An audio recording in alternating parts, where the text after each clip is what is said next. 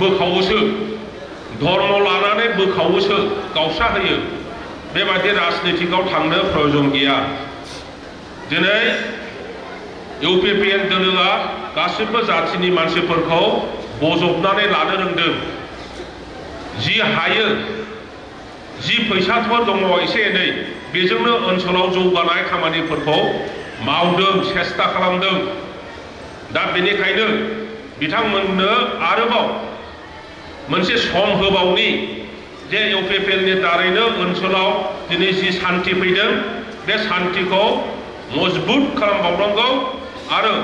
भबिष्यताव जेब्लाबो ओनसोलाव दावराव गैयै बेबायदि मोनसे परिस्थिति बिथांमोननि दारै जोंहा खालामनांगौ जौगानाय खामानिखौ जोंनो नांथारगोन उदालगुरि हिसाबै बेवहाय शिक्षानि अनुष्ठान प्रतिष्ठान जोङो लाबोथारनांगोन बेवहाय रांखान्थि जौगानायनि गोबां बिजनेस फालांगिनि व्यवसायनि बेवहाय सुबिदा थानांगोन लामा बान्दोफ्रा जेरैबायदि जादों जेराव जायाखै बेफोरबो जाजोबथारनांगोन आरो लोगोसे मोनफ्रोमबो जाथिनि मानसिफ्रा शान्तियाव थानो मोननांगोन दा बेखौनो इउपिपिएलनि दैदेनगिरिफ्रा सान हर सेस्ता खालामदों मावदों जोङो रायजो राजाफ्रा ज' जानानै इउपिपिएलखौनो मदद होनानै बिथांमोनखौ खामानि मावनो आरो सुबिदा होनांगौ जाय नोंथांमोनहा दिनै